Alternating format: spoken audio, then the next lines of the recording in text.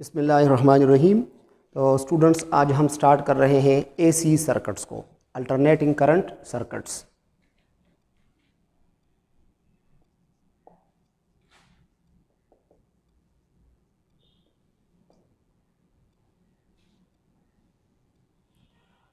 Mainly हमारे पास दो किस्म का करंट होता है, एक को हम कहते हैं डायरेक्ट करंट और एक को हम कहते हैं अल्टरनेटिंग करंट। तो सबसे पहले हम इन दोनों करंट्स का डिफ्रेंशिएशन करते हैं और फिर आगे हम एसी सर्किट्स को डिटेल में पढ़ेंगे। सबसे पहले direct current.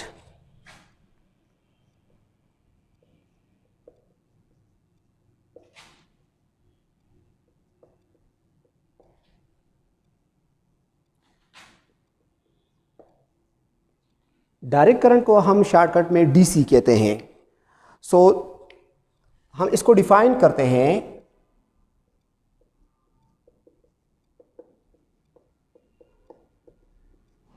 The unidirectional current is called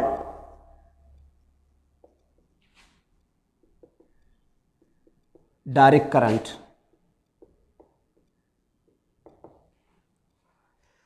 वो करंट जिसका डायरेक्शन टाइम के साथ साथ चेंज नहीं हो रहा उसको हम डायरेक्ट करंट कहते हैं, यानी the current which flows in one direction is called direct current. किसी भी सर्किट में जो डायरेक्ट करंट का सोर्स होता है उसका सिंबॉलिक डायग्राम ये है।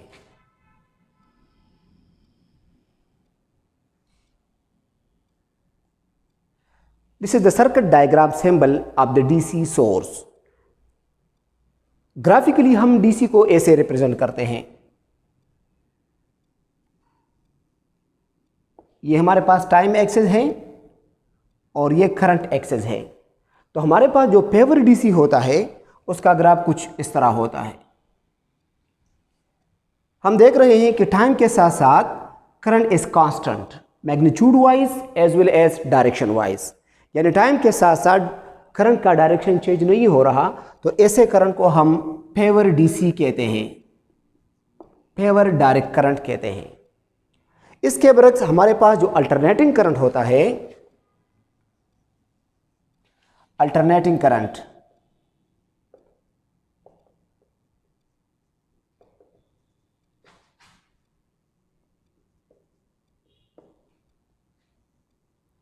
वो करंट जिसका डायरेक्शन टाइम के साथ साथ चेंज होता है उसको हम अल्टरनेटिंग करंट या एसी कहते हैं। That current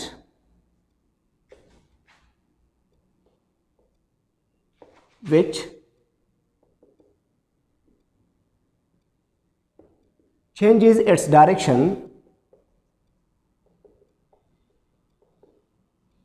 continuously with time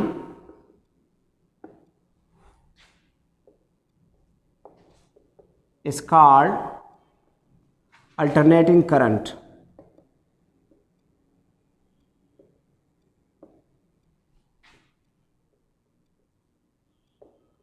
Abbreviated as AC। हमारे पास कई किस्म के AC होता है। For example, this is time axis and this is current axis.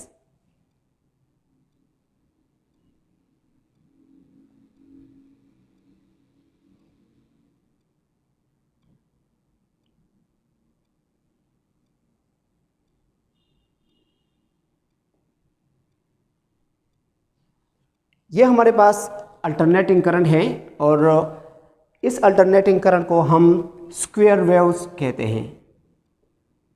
Square waves यानी इस इंटरवल के लिए करंट का मैग्नीट्यूड कांस्टेंट है, लेकिन इस इंटरवल के बाद करंट का डायरेक्शन चेंज होता है और फिर इतने इंटरवल के लिए again the value of the current remains constant.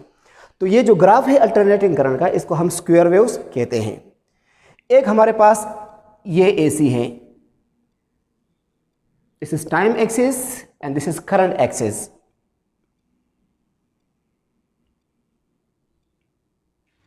ऐसे अल्टरनेटिंग करंट को हम सॉटूथ वेव्स कहते हैं।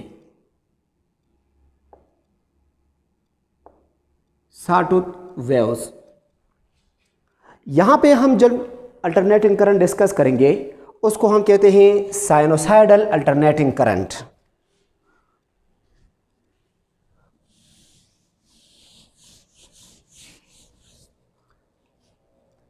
Sinusoidal alternating current.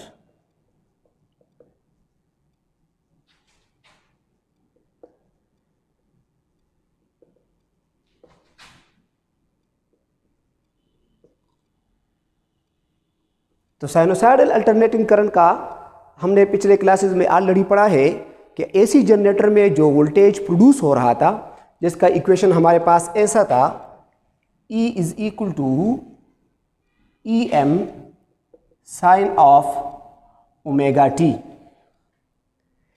This is the sinusoidal alternating EMF और वोल्टेज। ये जो है ये इंस्टेंटेनियस वैल्यू है। This is the instantaneous alternating EMF. ये जो है मैक्सिमम वैल्यू है ऑफ द अल्टरनेटिंग, और ओमेगा जो है this is called angular frequency, जो कि बराबर है 2 पाई एफ का, और इफ जो है ये बराबर है ओमेगा डिवाइडेड बाई 2 पाई, और इसको हम कहते हैं फ्रीक्वेंसी। तो ये हमारे पास जो एसी जनरेटर से वोल्टेज प्रोड्यूस होता है उसका हमारे पास ये इक्वेशन है। चूंकि ईएमएफ साइनोसाइडली चेंज हो रहा है इसलिए इसको हम साइनोसाइडल अल्टरनेटिंग ईएमएफ कहते हैं। इसका जो कॉरेस्पॉन्डिंग करंट होता है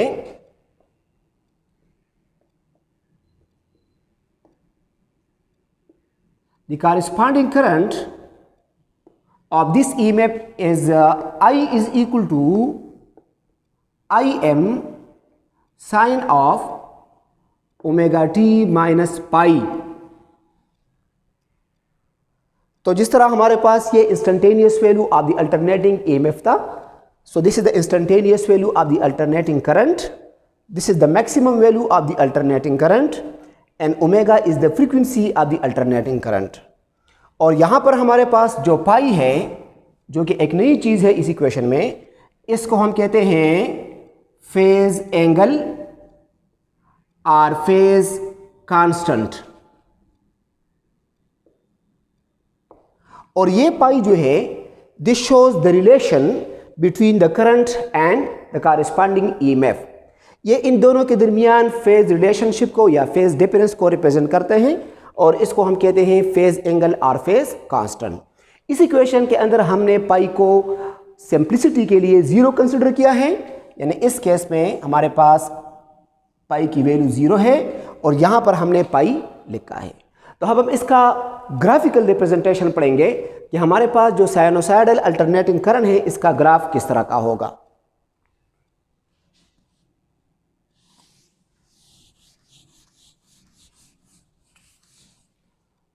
अब हम इस इक्वेशन का अगर ग्राफ ड्रा करेंगे तो इसका हमारे पास ग्राफ इस तरह आएगा। This is time axis, this is the current axis, and the graph of this current will be like this. तो चूंकि इसका जो ग्राफ है this is just like the graph of the sine theta, तो इसलिए इसको हम साइनोसाइडल अल्टरनेटिंग करंट कहते हैं। तो इस चैप्टर में हम जो अल्टरनेटिंग करंट डिस्कस करेंगे through out, that will be the sinusoidal alternating current, because this is the smoothly changing current among all the alternating currents, चाहे वो स्क्वायर वेव्स हो चाहे वो साटूथ वेव्स हो। तो सबसे जो स्मूथली चेंजिंग करंट है वो इसमें साइनोसाइडल अल्टरनेटिंग करंट है, और सारे एप्लियंसी भी जो है इसके साथ सही तरीके से रन कर सकते हैं। तो इसलिए हम throughout this chapter we will study the sinusoidal alternating current. ये this is the maximum value, this is another maximum value, इसको हम पीक वैल्यू भी कहते हैं। This value is called peak value. तो हमारे पास एक साइकिल में 2 दफा पीक वैल्यू आता है, you can see that this is one complete cycle of the AC. तो एक दफ़ा हमारे पास यहाँ पर पीक वैल्यू अकर हो रहा है और एक दफ़ा हमारे पास यहाँ पे पीक वैल्यू अकर हो रहा है। सो 2 टाइम्स एक साइकिल में पीक वैल्यू अकर होता है in the sinusoidal alternating current. अच्छा, अब हम इसके बाद आते हैं कि एसी सर्किट्स एलिमेंट्स की तरफ। डीसी सर्किट्स में सिर्फ एक एलिमेंट होता है जो कि रेजिस्टर होता है। सर्किट एलिमेंट हम उस डिवाइस को कहते हैं या कंपोनेंट को कहते हैं जिसके ज़रिए हम करंट को कंट्रोल कर सकते हैं। तो डीसी सर्किट में हमारे पास सिर्फ एक ही सर्किट एलिमेंट होता है और वो रेजिस्टर होता है, जबकि एसी सर्किट्स में हमारे पास 3 सर्किट एलिमेंट्स होते हैं, एक रेजिस्टर, एक कैपेसिटर और एक इंडक्टर। तो हम पहले इंडिविजुअल सर्किट एलिमेंट्स को पढ़ेंगे और फिर हम दो को कंबाइन करेंगे और फिर आखिर में तीनों को हम एक साथ पढ़ेंगे। तो सबसे पहले हम पढ़ेंगे favour resistive AC circuit.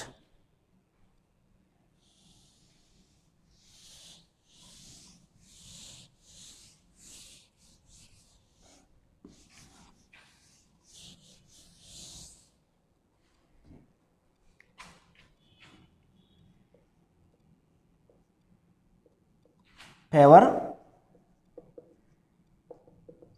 Resistive AC circuit.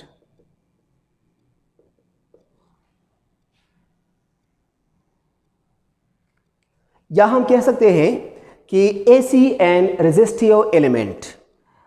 तो हम एक ऐसा सर्किट कंसिडर करते हैं जिसमें एक एसी सोर्स हो और उसके साथ एक फेवर रेजिस्टर अटैच हो, लाइक दिस।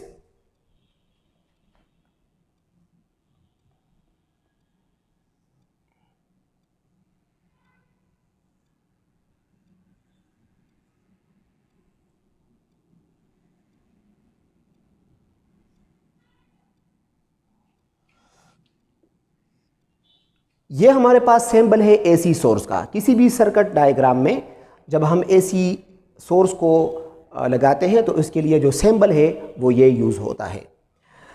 ये हमारे पास रेजिस्टर है, this is called pure resistive AC circuit.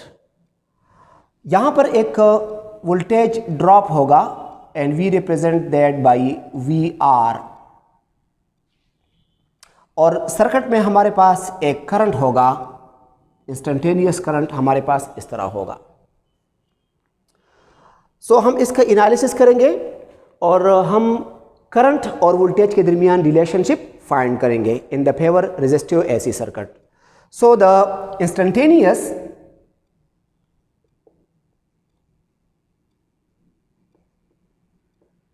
instantaneous current in the resistor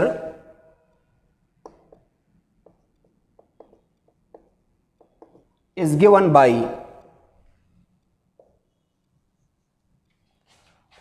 I is equal to Im sin of omega t minus pi। इसको हम नाम देते हैं इक्वेशन नंबर 1 का। यानी रेजिस्टर में जो इंस्टेंटेनियस करंट है वो हमारे पास ये है, instantaneous alternating current I is equal to Im sin of omega t minus pi। इसी तरह the instantaneous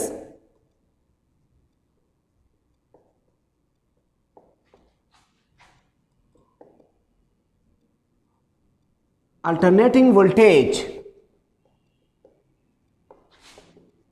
in the resistor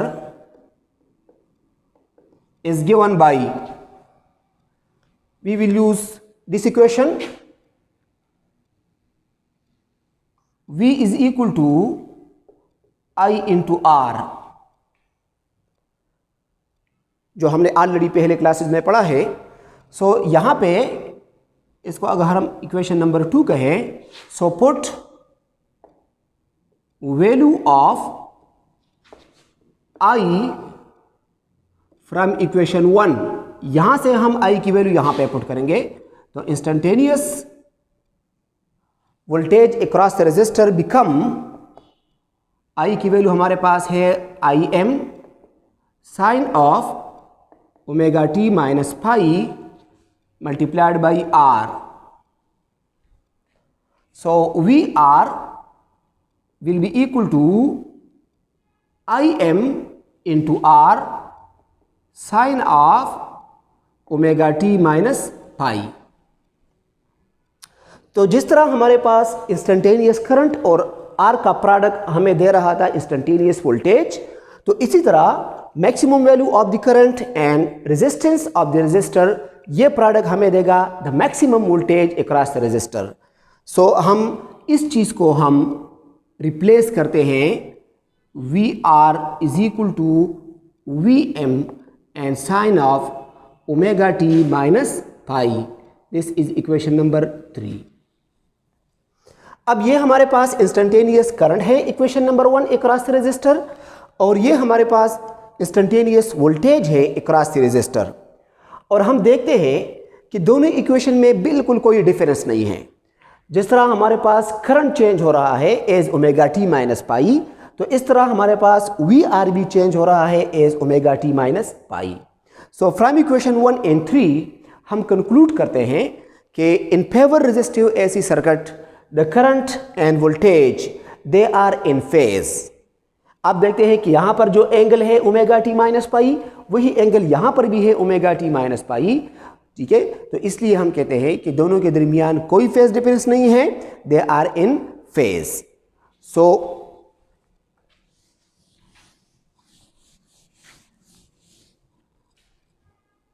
from equation 1 and 3 we conclude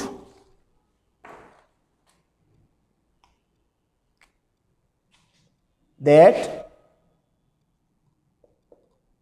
in favor resistive element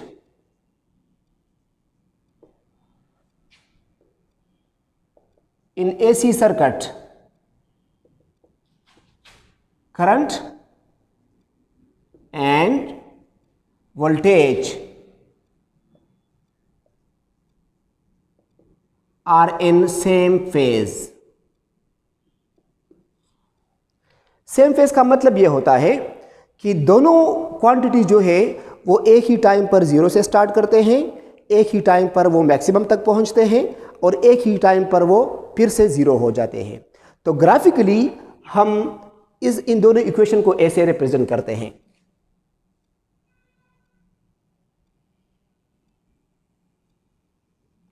this is time axis और ये हमारे पास current और voltage axis है. तो इसको हम ग्राफिकली ऐसे ड्रा करते हैं.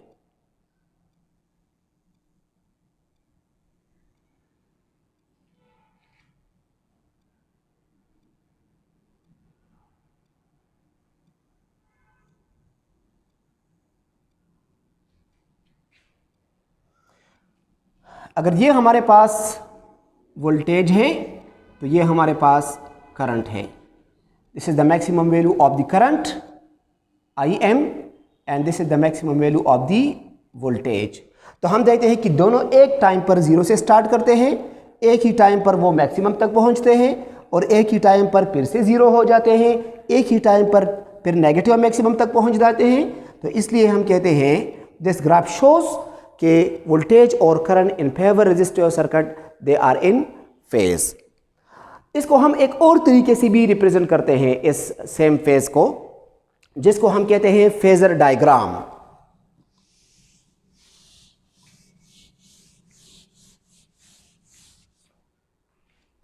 सबसे पहले हम जानते हैं कि फेजर क्या है. फेजर, तो फेजर हमारे पास एक open anti clockwise rotating vector है जिसकी एंगुलर फ्रीक्वेंसी ओमेगा होती है. An open vector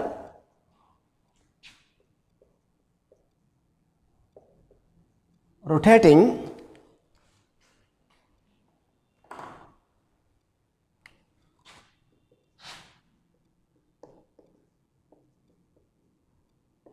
in anti-clockwise sense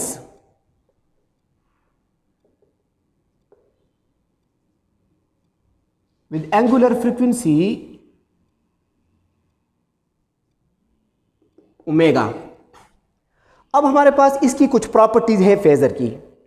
phasor की एक प्रॉपर्टी ये है कि फेजर का जो लेंथ होता है वो हमें अल्टरनेटिंग क्वांटिटी का मैग्नीट्यूड शो करता है, और दूसरी प्रॉपर्टी इसकी ये है कि इसका जो वर्टिकल प्रोजेक्शन होता है वो हमें अल्टरनेटिंग क्वांटिटी का इंस्टेंटेनियस वैल्यू देता है। So let represent this graph through phasor diagram.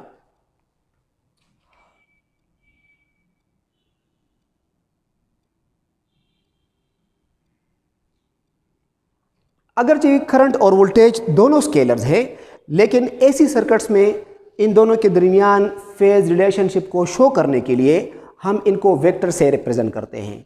तो करंट का अलग फेजर होगा, वोल्टेज का अलग फेजर होगा, और फेजर का जो लेंथ है वो हम वोल्टेज और करंट के मैग्नीट्यूड के लिहाज से लेते हैं।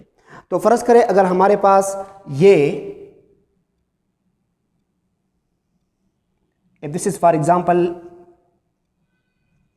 द करंट फेजर, ये अगर IM है और उसका एंगल हमारे पास है ओमेगा टी माइनस पाई, तो हमारे पास जो वोल्टेज का फेजर है वो हमारे पास यहां पे होगा। This is the voltage phasor, this is the VM। तो हम देखते हैं कि V का जो फेजर है और I का जो फेजर है दोनों आपस में पैरेलल है, दोनों का सेम ही एंगल है ओमेगा टी माइनस पाई। ये इस तरह रोटेट करेंगे in the anti clockwise sense, लेकिन दोनों जो है वो साथ साथ जा रहे हैं लाइक दिस। ठीक है, पहले ये initially at time t is equal to 0 फर्ज करें, अगर x एक्सिस पर है तो फिर with the passage of time they will rotate like this. ठीक है, तो इस तरह हमारे पास दोनों जो है सेम स्पीड के साथ, सेम एंगुलर फ्रीक्वेंसी के साथ रोटेट कर रहे हैं, तो इसलिए हम कहते हैं कि इनके दरमियान फेज डिफरेंस 0 है।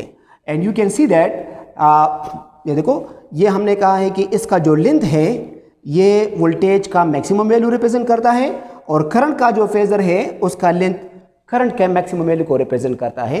और इसका जो वर्टिकल प्रोजेक्शन है ये this represent the instantaneous value of the voltage, और इसका जो वर्टिकल प्रोजेक्शन है this represent the instantaneous value of the current. तो जब दोनों हमारे पास हॉरिजॉन्टल होते हैं तो दोनों का वर्टिकल प्रोजेक्शन 0 होगा। उसका मतलब यह है कि दिस शोज दिस पॉइंट जहां पर वोल्टेज और करंट की वैल्यूज 0 है। जो हमारे पास ये रोटेट करेंगे इस तरह, तो इसका जो वर्टिकल प्रोजेक्शन है वो इंक्रीज होता जाएगा, और इस तरह हमारे पास instantaneous value of the current और वोल्टेज वो भी इंक्रीज होते जाएंगे।